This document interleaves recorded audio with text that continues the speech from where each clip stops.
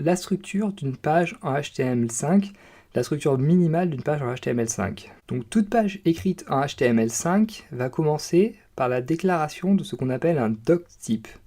Le doctype, comme son nom l'indique, va indiquer le type de document. Ici, en l'occurrence, le type de document est HTML. On écrira donc doctype HTML. Alors retenez bien qu'il faut mettre un point d'exclamation au début de cet élément qui est un peu particulier. Donc les éléments indispensables à la construction d'une page web sont ensuite l'élément HTML qui va contenir toute notre page web, l'élément head dans lequel on va écrire des informations à propos de la page, comme le titre, les balises méta, etc. et l'élément body dans lequel on va placer tout le contenu HTML de notre page. Alors à savoir que les éléments head et body vont être à l'intérieur de l'élément HTML. L'élément head va ensuite lui-même contenir donc l'élément title et les méta, et en l'occurrence le méta charset, qui est le type d'encodage utilisé pour la page. Alors voyons tout de suite ce que cela donne en pratique. Alors je ne vais pas utiliser mon éditeur, à savoir Komodo, mais à la place je vais utiliser un site qui s'appelle JSBean et qui possède l'avantage d'une part d'avoir une partie éditeur de texte justement, et d'autre part d'afficher le résultat en direct comme sur un moteur de recherche. C'est donc beaucoup plus facile pour moi de vous montrer en direct le résultat donc, de mes actions. Alors, vous concernant, donc je ne peux que vous conseiller d'utiliser votre éditeur de texte afin de vous familiariser avec lui. Si vous choisissez cette option, donc il vous faudra juste créer un document, puis l'enregistrer au format HTML, donc avec une extension .html. Ensuite, pour visualiser votre document dans votre navigateur, vous n'aurez qu'à double-cliquer dessus et celui-ci s'ouvrira automatiquement dans votre navigateur par défaut. Pensez bien donc à enregistrer dans votre éditeur les changements que vous faites dans vos pages HTML à chaque fois et à rafraîchir la page dans votre navigateur, sinon vous ne pourrez pas voir évidemment les changements effectués. Et ne rigolez pas car ça nous est tous arrivé, et moi le premier, donc de passer des minutes et des minutes à se demander ce qui ne fonctionne pas, alors qu'en fait nous avions juste oublié d'enregistrer la page ou d'actualiser cette page dans notre navigateur. Donc allons-y avec l'écriture de la structure minimale de notre page en HTML. Et on va donc commencer par écrire le doctype. Ensuite, donc, on écrit l'élément HTML. Alors on pense bien à refermer les balises ouvertes à chaque fois. Donc je vous conseille de refermer les balises immédiatement après les avoir ouvertes. Ça évite beaucoup d'erreurs. Alors si vous avez un bon éditeur de texte, normalement celui-ci devrait refermer les balises automatiquement. Je sais que c'est le cas de Komodo entre autres. Alors ensuite, donc dans l'élément HTML, on place nos deux éléments head et body, l'un en dessous de l'autre. Puis dans l'élément head, on place donc l'élément title avec le titre de notre page. Donc ici par exemple, on peut écrire ma première page en HTML pour faire dans l'originalité. Et ensuite, donc en dessous, on écrit le méta charset, donc méta charset. Et on va lui donner une valeur donc en UTF-8. Alors UTF-8 qui est l'encodage utilisé en gros pour toutes les langues latines. Voilà, donc vous venez de créer votre première page en HTML. Donc on peut commencer déjà par ajouter un petit paragraphe dans notre body pour donner un peu de contenu à cette page. Donc pour cela, on ouvre une balise P qu'on referme immédiatement. Et à l'intérieur, on écrit par exemple « Ceci est mon premier paragraphe ». Voilà donc pour cette première page en HTML. Alors, comme il n'est jamais trop tôt pour apprendre les bonnes manières, on va tout de suite voir quelques règles et quelques bonnes pratiques. Alors tout d'abord, comme vous l'avez remarqué, le HTML permet tout à fait d'imbriquer les éléments les uns dans les autres. Ici, par exemple, nous avons un élément title à l'intérieur de l'élément head, qui est lui-même à l'intérieur de l'élément HTML. Alors la seule chose à laquelle vous devez faire attention est de bien refermer les balises dans le bon ordre. Alors le bon ordre, lequel est-il? C'est A, B, B, A. Donc en gros, l'élément HTML en premier ici, ensuite l'élément head, et donc on referme l'élément head avant de refermer l'élément HTML. Jamais donc AB, AB. Alors normalement, si vous refermez bien chaque balise juste après en avoir ouverte une, vous ne devriez jamais avoir de problème. Seconde bonne pratique, donc l'indentation. Alors indenter son code, c'est tout simplement ajouter des espaces au début de ligne afin de le rendre plus lisible. Donc il n'y a pas vraiment de règles concernant l'indentation, toutefois, en général, on ajoute un espace à chaque fois que l'on ouvre une balise à l'intérieur d'un élément. Donc on voit que c'est ce que j'ai fait ici avec la balise ouvrante title par exemple. Je l'ai également fait pour la balise ouvrante head et pour la balise ouvrante body. Donc, en revanche, vous voyez que je n'ai pas ajouté d'espace supplémentaire pour la balise ouvrante meta par rapport à la balise title, car celle-ci n'est pas contenue donc, dans l'élément title. Alors, indenter permet véritablement d'être plus clair et de rendre votre code à la fois plus lisible et plus professionnel pour vous-même et dans le cas où vous seriez amené à le distribuer. Alors, dernière bonne pratique dont je voulais vous parler pour le moment, le fait de commenter son code. Alors, commenter son code, c'est tout simplement ajouter des commentaires. Les commentaires ne seront pas visibles lors de l'affichage de votre page web dans le navigateur, mais uniquement lorsque quelqu'un regardera le code de votre page. Commenter, ça sert avant tout à comprendre votre code et à s'y retrouver plus facilement. Donc par exemple, dans le cas où vous le distribuez, ou dans le cas où vous reveniez donc retoucher à votre code après une longue période d'attente, et dans le cas où vous auriez oublié donc ce que vous aviez fait. Et alors là, je mets un point d'honneur là-dessus. Commenter, ce n'est pas un luxe, mais c'est vraiment une pratique indispensable. Et c'est ce qui va différencier un développeur moyen d'un bon développeur, véritablement. Donc commenter, ça sert autant pour vous, donc dans le cas où vous reviendriez toucher un code que vous aviez laissé de côté, que pour les personnes donc, qui seraient susceptibles de lire votre code, afin qu'elles comprennent plus rapidement et plus facilement ce que vous avez voulu faire. Alors pour commenter en HTML, c'est très simple, il suffit d'écrire chevron ouvrant, point d'exclamation, 2 tirets, ensuite votre commentaire ici, par exemple ceci est mon commentaire, et on referme avec 2 tirets à nouveau et un chevron fermant.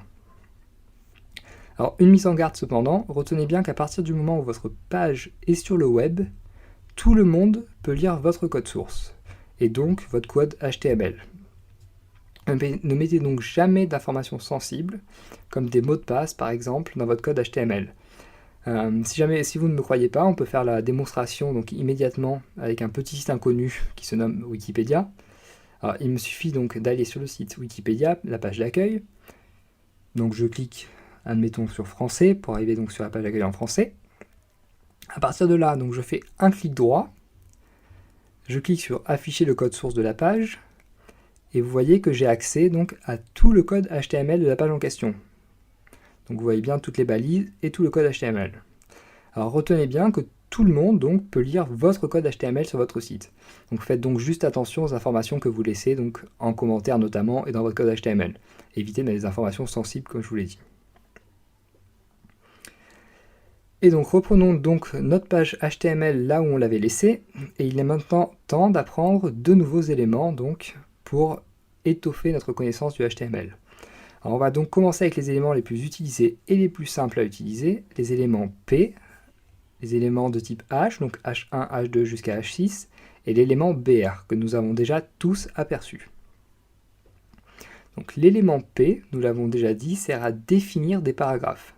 Alors vous pouvez créer autant de paragraphes que vous le voulez dans votre page HTML, et à chaque nouveau paragraphe, un retour à la ligne est automatiquement effectué. Alors nous verrons plus tard pourquoi. Pour le moment, retenez juste que vous pouvez créer autant de paragraphes que vous voulez, qu'il y a un retour à la ligne à chaque nouveau paragraphe. Donc l'élément BR, lui, sert à faire un retour à la ligne. On l'utilise donc en général à l'intérieur d'un élément P. Enfin, donc les éléments H1, H2, H3, H4, H5 et H6 servent tous à définir des titres du plus important pour H1 au moins important pour H6. Pour le moment, donc, retenez que vous n'avez le droit de n'utiliser qu'un seul titre H1 par page HTML. Nous verrons par la suite que ce n'est pas totalement vrai, mais pour le moment, retenez cela afin que ce soit le plus clair pour vous, pour simplifier les choses pour le moment. En revanche, donc, vous pouvez utiliser autant de titres H2, H3, H4, H5 et H6 que vous le souhaitez dans votre page HTML, du moment que cela reste cohérent, évidemment. N'oubliez pas que les éléments en HTML servent à donner une valeur sémantique au contenu. Et en pratique, d'ailleurs, on n'utilisera que très rarement les titres de niveau 4, 5 et 6. Alors, donc commençons par écrire déjà quelques titres et quelques paragraphes afin de voir le résultat dans le navigateur. Alors par exemple H1, donc ceci est mon premier titre. Et donc mettons juste un retour à la ligne dans notre paragraphe, hop, par exemple au milieu ici, voilà, très bien. Alors comme vous l'avez remarqué, les titres apparaissent en gras et ont des tailles différentes de celles des paragraphes dans votre navigateur. Donc là, si on veut écrire un titre H2 et H3, donc juste pour l'exemple, donc H2, ceci est notre titre, et H3, ceci est un titre de niveau 3. Voilà. Donc vous voyez que les titres ont chacun une taille différente et ont des tailles différentes de notre paragraphe. Alors c'est là où j'en reviens à mon premier point. Vous ne devez jamais utiliser des éléments HTML pour mettre en forme le contenu. Et d'ailleurs, je pense que vous avez compris maintenant pourquoi beaucoup de débutants font l'erreur, car c'est vrai que c'est tentant. Alors donc j'entends par là que vous ne devez jamais utiliser d'éléments H1 si vous voulez mettre le texte en grand et en gras. La taille et le poids du texte donc ne sont que le résultat d'interprétation et de la mise en forme automatique en fait que fait votre navigateur de vos balises. Pour mettre un texte en grand ou en gras, on utilisera les propriétés du langage CSS. Donc rappelez-vous le CSS seulement pour changer la mise en forme du contenu. On pourra également utiliser donc le CSS pour retirer cette même mise en gras et pour redonner une taille normale à nos titres si on le souhaite. Ça, c'est pas un problème. Alors, continuons dans la découverte de nos éléments HTML avec maintenant 3 nouveaux éléments, les éléments strong, EM et mark.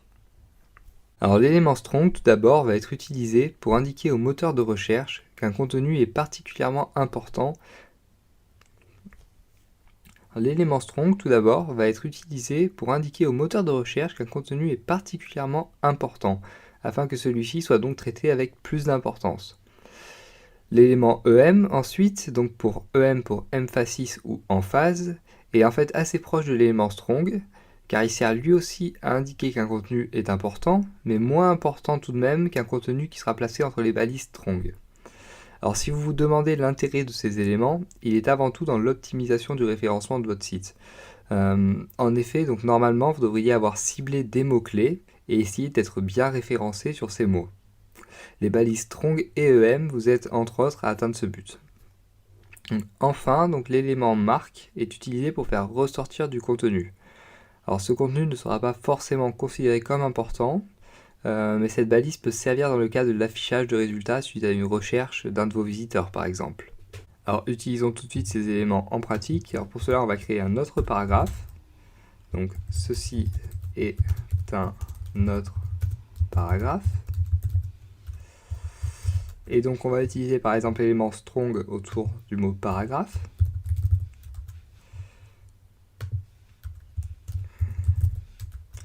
Donc vous voyez que la mise en forme réalisée par le navigateur, c'est une mise en gras du mot. Alors n'oubliez pas encore une fois qu'on utilise le CSS pour mettre en forme et pas le HTML.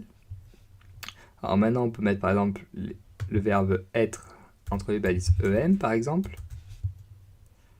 Donc EM, EM. Alors là vous voyez cette fois-ci donc que la mise en forme automatique donc c'est une mise en italique. Et enfin donc si on utilise l'élément donc mark autour de autre par exemple,